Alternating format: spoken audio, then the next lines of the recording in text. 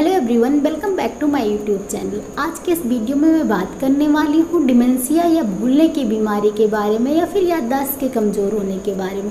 तो आज हम डिटेल में इसी के बारे में जानने वाले हैं, क्या होता है, इसके कॉजेज़ क्या होते हैं, इसमें क्या साइंस एंड सिम्टम्स आते हैं, इसको डायग्नोस कैसे करते हैं, इसका मैनेजमेंट कैसे कर सकते हैं, साथ में बहुत ही इफेक्टिव होम्योपैथिक मेडिसिन के बारे में बताऊंगी। तो वीडियो को लास्ट तक ज़रूर देखिएगा, आपके लिए बहुत बेनिफिशियल होने वाला है। चलिए वीडियो को स्टार्ट करते हैं। इससे पहले कि वीडियो में आगे बढ़ें, अगर आप मेरे चैनल पे नए हैं, पहली बार मेरा वीडियो देख रहे हैं, तो चैनल को सब्सक्राइब करके बेल आइकन ज़रूर प्रेस कर दीजिएगा। इससे फ्यूचर में जब मैं कोई नई वीडियो डालूंगी तो आपको तुरंत नोटिफिकेशन मिल जाएगी। अब हम डिमेंशिया या भूलने की बीमारी के बारे में बात करते हैं। तो डिमेंशिया ऐसा कोई डिजीज़ नहीं होती, इसे ग्रुप ऑफ सिम्टम्स कह सकते हैं, जिससे हमारी जो डेली लाइफ एक्टिविटी होती है, हमारा रूटीन का काम होता है, वो अफेक्ट होता है। इसको हम सिंड्रोम भी कह सकते हैं, क्योंकि ये हमारी मेंटल, फिजिकल और सोशल वेलबींग को अफेक्ट करता है। तो अगर कोई ये कहे कि डिमेंशिया से मेमोरी लॉस या वीकनेस ऑफ मेमोरी है, तो नहीं, इसमें वीकनेस ऑफ मेमोरी के साथ साथ और भी हमारे कॉग्निटिव फंक्शंस अफेक्टेड होते हैं, हमारे बिहेवियर अफेक्टेड होता है, हमारी डेली एक्टिविटी अफेक्टेड होती है, इसके साथ साथ और भी फिजिकल प्रॉब्लम्स आ जाती है। तो हम इसके कॉजेज़ की बात कर लेते हैं। कॉजेज़ में सबसे पहला होता है एजिंग। एजिंग की वजह से भी वीकनेस ऑफ मेमोरी या मेमोरी लॉस की प्रॉब्लम देखने को मिलती है। जैसे हमारे फिजिकल में एजिंग का सिम्टम्स आता है कि हमें बाल सफ़ेद हो जाते हैं, ग्रेइंग हो जाती है, स्किन में झुर्रियाँ आने लगती हैं। उसी तरह मेंटल स्टेट में भी ऐसे होता है कि वीकनेस ऑफ मेमोरी देखने को मिलती है। कई बार हमारे दादाजी दादी लोग होते हैं, वो कोई क्वेश्चन बार बार हमसे करते हैं, हमें गुस्सा आता है कि हमने अभी तो आंसर किया, फिर भी हमसे पूछ रहे हैं। हो सकता है कि उनको डिमेंशिया की प्रॉब्लम हो और वो भूल गए हों कि उन्होंने आपसे एक क्वेश्चन किया था, इसलिए वो बार बार क्वेश्चन कर रहे हैं। तो अगर इस तरह की दिक्कत आपको डेली देखने को मिलती है, तो इसके लिए आप उनको कंसल्ट करवाइए डॉक्टर के पास ले जाके। तो ऐसा नहीं है कि एजिंग ही इसका सबसे बड़ा फैक्टर होता है, कई बार ये यंग लोगों में भी देखने को मिलता है। जैसे कि क्या होता है, हम अपने वर्क पे जा रहे हैं, किसी ने हमें कोई अर्जेंट काम बोला कि ये कोई सामान लेके आना है, अर्जेंट है, या फिर कोई बिजली का बिल पे करना है, अर्जेंट है, ऐसा कुछ इंपॉर्टेंट काम बोला। अब हम अपने काम में लग जाते हैं और हम वो अर्जेंट काम भूल जाते हैं। अगर ये कभी कभार होता है तो नॉर्मल होता है, सबके साथ होता है। लेकिन अगर आपके साथ ये रेगुलर हो रहा है, आप रेगुलर बातें भूल जाते हैं, चीज़ें भूल जाते हैं, काम करना भूल जाते हैं, कोई चीज़ आपने रख दी, बहुत इंपॉर्टेंट चीज़ थी, और उसके बाद आप भूल गए आपने रखा कहाँ।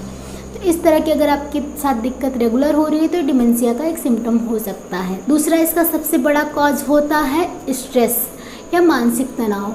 तो जिन लोगों को मानसिक तनाव की प्रॉब्लम होती है, या फिर वो अगर मानसिक तनाव के लिए दवाइयाँ ले रहे हैं काफ़ी टाइम से, तो दवाइयों के साइड इफ़ेक्ट भी हो सकते हैं, साथ में स्ट्रेस की वजह से भी उनको मेमोरी प्रॉब्लम हो सकती है। थर्ड होता है कि कोई अगर इमोशनल डिस्टर्बेंसेस आ जाए, कोई दुखद घटना हो जाए अचानक से किसी व्यक्ति की लाइफ में, उसकी मेमोरी वीक हो सकती है, उसको डिमेंशिया की प्रॉब्लम हो सकती है। फोर्थ होता है कुछ डिजीज़ेज़ होती हैं, जैसे कि हेड इंजरी हो गई किसी तरह की, या स्ट्रोक हो गया, इसके साथ साथ थायराइड, हाइपरटेंशन, डायबिटीज़ मेलाइटस, इन सारी कंडीशंस में भी डिमेंशिया की प्रॉब्लम देखी जाती है।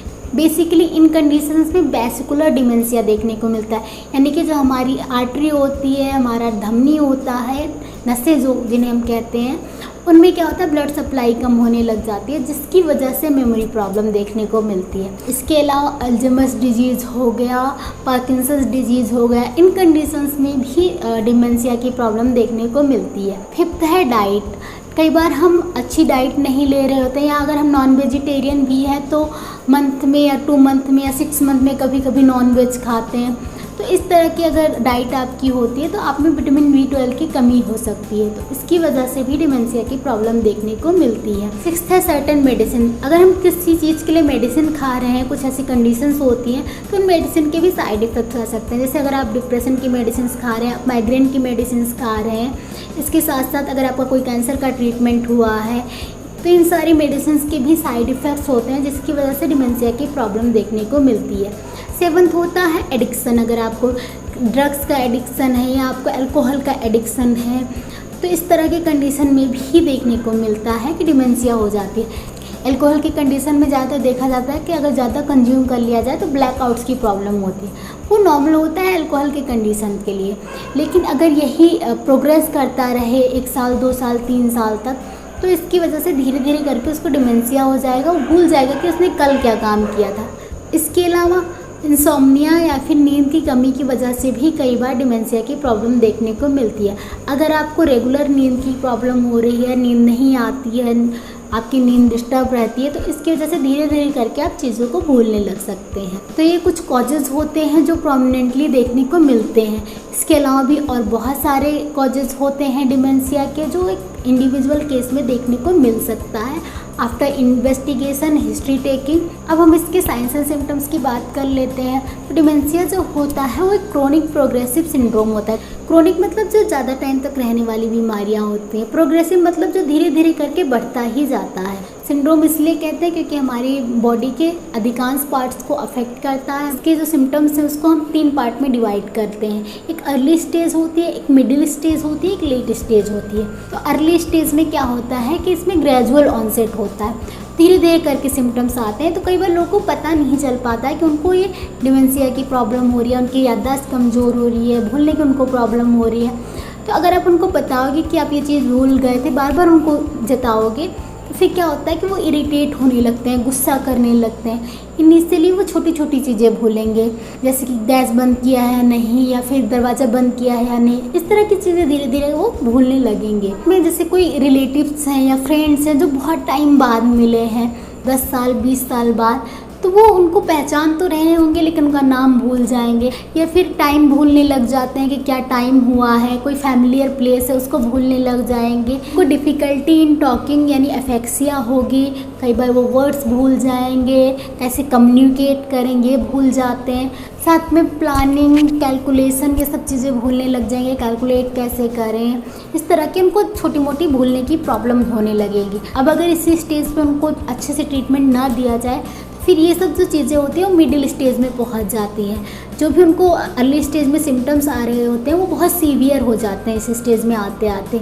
जैसे कि पहले क्या था कि वो किसी दूर के रिलेटिव्स को नहीं पहचान पा रहे, अब क्या होता है वो घर वालों को नहीं पहचान पा रहे होते, अपने पार्टनर्स को नहीं पहचान पा रहे होते हैं। इसके साथ साथ उनको नहाने खाने तक में दिक्कत होने लगती है, भूल जाते हैं कि वो नहाएं खाएँ कैसे, खाए भी हैं नहीं खाए हैं, इस तरह की उनको दिक्कतें होने लगती हैं। उनको बिहेवियरल चेंजेस होने लगते हैं, बार बार वो क्वेश्चन करते हैं, अपने ही घर में गुम जाते हैं। जगह पे वो बहुत सालों से रह रहे हैं, उसी जगह में अगर थोड़ा सा भी बाहर निकले तो भूल जाएंगे कि हमें घर में वापस कैसे आना है, कहाँ हमारा घर है, अपना नाम तक भूल जाएंगे। साथ में इस पर रिसेंट इवेंट्स बहुत ज़्यादा भूलने लगेंगे।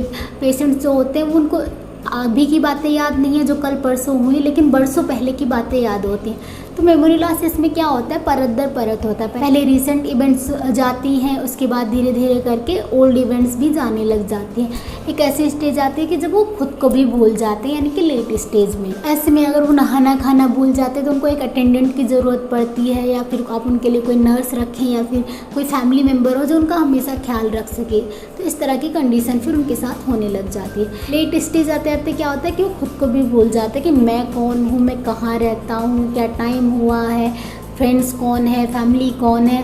मतलब जिन पार्टनर्स के साथ वो बहुत सालों तक रहे हैं, 50 साल समझ लीजिए बिताए, उनको भी भूल जाएंगे कि ये कौन है।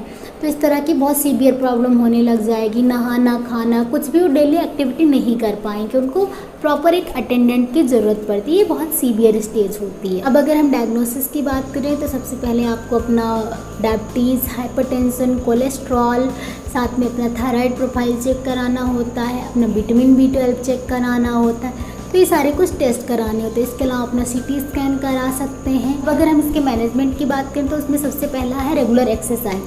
1 घंटे के लिए आप रेगुलर एक्सरसाइज ज़रूर कीजिए। इसमें आप योगा कर सकते हैं, प्राणायाम कर सकते हैं, एरोबिक कर सकते हैं, स्विमिंग कर सकते हैं, जॉगिंग कर सकते हैं। जो भी आपसे किया जाए, जो भी आपको सही लगे, पसंद आए, आप वो ज़रूर कीजिए। 1 घंटे अपने आप को, अपनी बॉडी को ज़रूर दीजिए।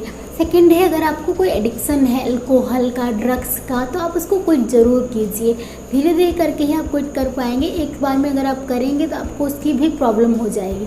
तो आप धीरे धीरे करके उसको टाइम लेकर क्विट कर दीजिए। इससे आपको जो डिमेंशिया की प्रॉब्लम है वो धीरे धीरे करके ठीक हो जाएगी। थर्ड होता है, अगर आपको ओबेसिटी है यानी आप में मोटापा ज़्यादा है तो आप उसको मैनेज कीजिए, क्योंकि ऐसा देखा जाता है कि ओबीज लोगों में डिमेंशिया की प्रॉब्लम ज़्यादा होती है। फोर्थ है, आप अपना ब्लड प्रेशर, अपना डायबिटीज़, अपना कोलेस्ट्रॉल, थायराइड, ये सब मेंटेन रखिए, क्योंकि इनकी वजह से भी डिमेंशिया होता है। तो अगर ये मेंटेन रहेगा तो आपकी डिमेंशिया की प्रॉब्लम सॉल्व रहेगी। फिफ्थ है, एक हेल्दी डाइट लीजिए। अगर आप नॉन वेजिटेरियन भी हैं तो आप रेगुलर नॉन वेज फूड खाइए। अगर आप नहीं खा रहे हैं तो आप विटामिन B12 के सप्लीमेंट्स ले सकते हैं चेक करवाने के बाद, अगर आपको कमी है तो। अब हम होम्योपैथिक मेडिसिन की बात कर लेते हैं। तो होम्योपैथिक मेडिसिन बहुत इफेक्टिव होती है वीक मेमोरी के लिए, फॉरगेटफुलनेस के लिए, अगर डिमेंशिया की प्रॉब्लम है तो उसके लिए। होम्योपैथिक मेडिसिन आप किसी रजिस्टर्ड होम्योपैथ से लीजिए। अगर आपको ज़्यादा प्रॉब्लम है तो आप अपने फैमिली मेम्बर के साथ विजिट कीजिए, ताकि वो सिम्टम्स को अच्छे से बता सकें। अगर आपको अच्छे से सिम्टम बताएंगे और अच्छी केस टेकिंग के बाद आपको मेडिसिन मिलेगी तो आपको बहुत जल्दी आराम मिलेगा। साथ में अगर आपका कोई अटेंडेंट होगा तो आपकी मेडिसिन का ध्यान रख पाएगा कि आपको कब लेना है, क्या लेना है, कहीं आप मेडिसिन लेना ना भूल जाए। जो मैं मेडिसिन बता रही हूँ ये एजुकेशनल पर्पज़ से हैं। अगर आपको सिम्टम्स मैच कर रहे हैं तो आप अपनी जिस मेडिसिन से आपके सिम्टम मैच करें वो मेडिसिन ले सकते हैं, आपको सारी मेडिसिन लेने की ज़रूरत नहीं है। हमारी सबसे पहली मेडिसिन है बराइटा कार्ब 30 पोटेंसी में। बराइटा कार्ब बहुत इफेक्टिव होती है बच्चों के लिए भी और बूढ़ों के लिए भी, दोनों ही स्टेजेस में बहुत ही अच्छा काम करती है। अगर फॉरगेटफुलनेस हो, वीक मेमोरी हो, बच्चों में अगर उनको याद कुछ नहीं होता, डिफ़िकल्टी होती है पढ़ाई करने में, तो इस कंडीशन के लिए बहुत इफेक्टिव मेडिसिन होती है। इसके बच्चे जो होते हैं वो बहुत शाई नेचर के होते हैं, किसी से ज़्यादा घुल मिल नहीं पाते हैं। दूसरी हमारी मेडिसिन है कालीफॉस 6X। इसको ब्रेन का टॉनिक भी कहते हैं, बहुत इफेक्टिव होती है। अगर आपको मेमोरी प्रॉब्लम जो हो रही है, वीक मेमोरी जो हो रही है, वो मेंटल एक्सर्जन की वजह से हो रही है, तो इस कंडीशन में बेस्ट मेडिसिन होती है। थर्ड मेडिसिन है हमारी एनाकार्डियम 200 पोटेंसी में। एनाकार्डियम उन केसेस के लिए बहुत इफेक्टिव होती है जहाँ पे सडन मेमोरी लॉस होता है, सडन मेमोरी प्रॉब्लम होती है, अचानक से ही आपको स्टार्ट हो जाता है, आप एकदम से भूलने लग जाते हैं, ऐसा नहीं कि धीरे धीरे करके होता है। इन केसेस के लिए बहुत ही अच्छी होती है। हमारी मेडिसिन है मेडोराइनम 200 पोटेंसी में। पेशेंट जो होते हैं वो नाम भूल जाते हैं, कभी अपना नाम, कभी जो फ्रेंड्स रिलेटिव्स होते हैं उनका नाम भूल जाते हैं, कोई सड़क है, कोई एड्रेस है उसको भी भूल जाएंगे, बहुत फैमिलियर होगी उसको भी भूल जाएंगे। इसके अलावा स्पेलिंग्स क्या होती हैं वर्ड्स की वो भी भूल जाएंगे। तो इस तरह की अगर आपको दिक्कत होती है तो आप मेडोराइनम लीजिए, आपको बहुत ही अच्छा रिजल्ट मिलेगा। फिफ्थ हमारी मेडिसिन है कालीब्रोम 200 पोटेंसी में।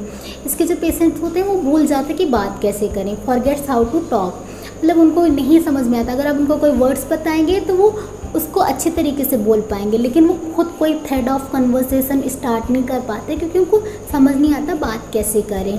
अगर बच्चों में ये प्रॉब्लम होती है तो बच्चों में एक और चीज़ देखने को मिलती है कि वो नींद में क्या होते हैं, रोने लग जाते हैं, स्क्रीम करते हैं। इसके अलावा नींद में कई बार उनको चलने की भी प्रॉब्लम देखने को मिलती है। सिक्स्थ हमारी मेडिसिन है लैक्टैन 30 पोटेंसी में।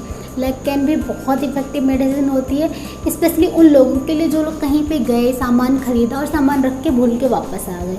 इस तरह की अगर आपको भूलने की प्रॉब्लम है तो उसके लिए लैक्टैन बेस्ट मेडिसिन होती है। सेवंथ हमारी मेडिसिन है जो वो बहुत ही अच्छा मेंटल टॉनिक होता है, जिसे हम ब्राह्मी कहते हैं। ब्राह्मी को आपको मदर टिंचर में लेना होता है। ये हर एज ग्रुप के लिए, हर किसी के लिए बहुत इफेक्टिव मेडिसिन होती है। स्पेशली अगर आप धीरे धीरे करके आपकी मेमोरी आपको वीक लगने लगे तो मेमोरी को इन्हेंस करने के लिए बहुत ही अच्छा काम करती है। तो फ्रेंड्स, ये मैंने 7 बहुत ही इफेक्टिव होम्योपैथिक मेडिसिन बताई। अगर आपके सिम्टम्स मैच कर रहे हैं तो आप इनमें से कोई मेडिसिन ले सकते हैं। उसके जो भी रिजल्ट होंगे आप मुझे कमेंट करके ज़रूर बताइएगा। आपकी कोई क्वेरी है, कोई सजेशन है तो वो भी कमेंट में ज़रूर बताइएगा। या फिर आपको कभी डिमेंशिया की प्रॉब्लम हुई है, याददाश्त कमज़ोर हुआ है या आपकी फैमिली में किसी को हुआ है तो आपने उसको कैसे मैनेज किया, अपने एक्सपीरियंसेस भी हमारे साथ ज़रूर शेयर कीजिएगा। इसके अलावा आप और भी किसी टॉपिक पे वीडियो चाहते हैं तो वो भी कमेंट में ज़रूर बताइएगा। मैं ट्राई करूँगी उस पर भी वीडियो बना सकूँ। और भी टिप्स एंड ट्रिक्स के लिए आप मुझे इंस्टाग्राम पे भी फॉलो कर सकते हैं, लिंक मैं डिस्क्रिप्शन बॉक्स में प्रोवाइड कर दूँगी। मिलती हूँ अगले वीडियो में, तब तक stay healthy, stay active. Thank you so much for watching.